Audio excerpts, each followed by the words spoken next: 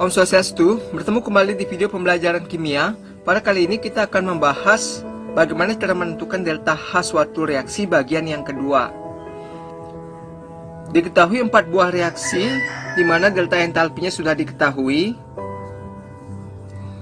Nah, sekarang disuruh menentukan delta H suatu reaksi PCl5 ditambah H2O membentuk POCl3 dan 2HCl. Langkah pertama, kita harus mengidentifikasi yang mana sebagai produk, yang mana sebagai reaktan. PCl5 di reaksi ini sebagai reaktan, H2O sebagai reaktan, POCl3 sebagai produk, dan HCl sebagai produk. Nah, itu kita lihat di reaksi-reaksi yang di atasnya. PCl5 di sini sebagai reaktan, sedangkan di reaksi di atasnya ada PCl5 ada di reaksi yang ketiga. Di sini sebagai produk, berarti reaksi ini perlu dibalik. Berapa koefisien PCl5 di sini? PCl5 di sini koefisiennya 1, di sini koefisiennya 2. Agar sama koefisiennya 1 berarti ini dibagi 2. Dibalik dan dibagi 2. Kita lanjut ke H2O. H2O ada pada reaksi yang keempat. H2O di sini sebagai produk, di sini sebagai reaktan. Berarti ini perlu kita balik, reaksinya dibalik. Berapa koefisien H2O? Koefisien H2O 1, di sini 2, berarti dibagi 2. POCl3 di sini sebagai produk. POCl3 ada pada reaksi yang pertama. Ya, di sini juga sebagai produk, berarti tidak dibalik ini ya. Reaksi pertama kita tidak balik. Koefisiennya ada 1. Di sini koefisiennya 2, berarti di sini tinggal dibagi 2.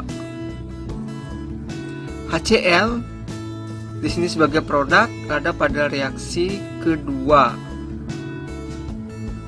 Koefisiennya 2, di sini juga koefisiennya 2. Berarti ini tetap ya. Setelah itu kita tuliskan kembali reaksi yang diketahui dengan memperhatikan apakah reaksi tersebut dibalik atau tidak.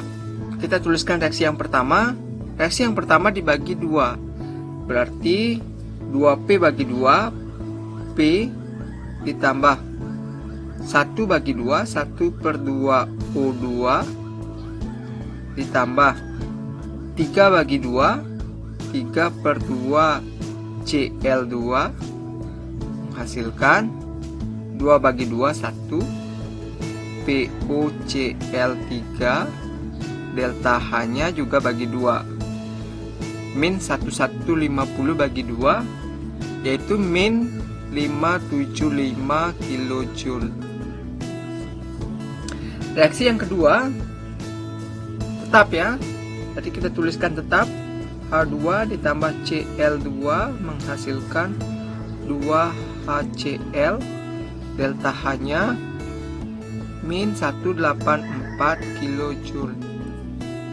Reaksi yang ketiga dibalik dan dibagi 2. Dibalik berarti ini sebagai reaktan dan dibagi 2. 2 bagi 2, 1 PCl5 menjadi 2 bagi 2, 1P ditambah 5 bagi 2, 5/2 Cl2. Delta H-nya, karena ini dibalik reaksinya, maka tanda negatif berubah menjadi tanda positif. Dan dibagi 2, hasilnya adalah plus 320 kJ. Untuk reaksi yang keempat, dibalik dan dibagi 2. Ini dibalik, ini sebagai reaktan. 2 bagi 2, 1 H2O menghasilkan 2 bagi 2, 1 H2 ditambah 1 bagi 2, 1/2 O2. Delta H-nya, karena ini dibalik berarti tanda negatif berubah menjadi tanda positif dan dibagi 2, maka hasilnya adalah plus 241 kJ. Setelah itu kita jumlahkan reaksinya. Sebelum kita jumlahkan, kita identifikasi apakah ada unsur atau senyawa yang sama baik di ruas kiri maupun di ruas kanan. Kita identifikasi yang PP di ruas kiri ada 1, di ruas kanan ada 1, berarti kita bisa coret P. O2 di ruas kiri ada setengah, di ruas kanan juga ada setengah, berarti kita bisa coret. Cl2 di ruas kiri ada 3/2 ditambah 1, yaitu 5/2. 3/2 tambah 1, 5/2. Di ruas kanan juga ada 5/2, berarti kita bisa coret. H2 di ruas kiri ada 1, di ruas kanan ada 1, kita bisa coret. Sudah habis ya, PCl5 tidak ada, H2O juga tidak ada. Baru kita jumlahkan reaksinya.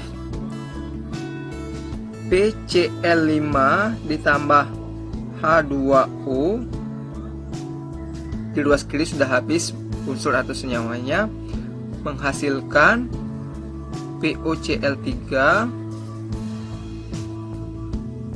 ditambah 2HCl. Apakah ada atom atau unsur lain? Nah, dari reaksi yang kita dapatkan, kita cocokkan dengan reaksi yang ditanya. Sudah sama, jika sudah sama berarti proses kita sudah benar, maka delta H-nya kita tinggal jumlahkan saja. Hasil penjumlahannya adalah min 198 kJ. Maka delta entalpi dari reaksi tersebut adalah minus 198 kJ. Demikian video pembelajaran kali ini. Terima kasih sudah menonton. Om Santi, Santi, Santi, Om.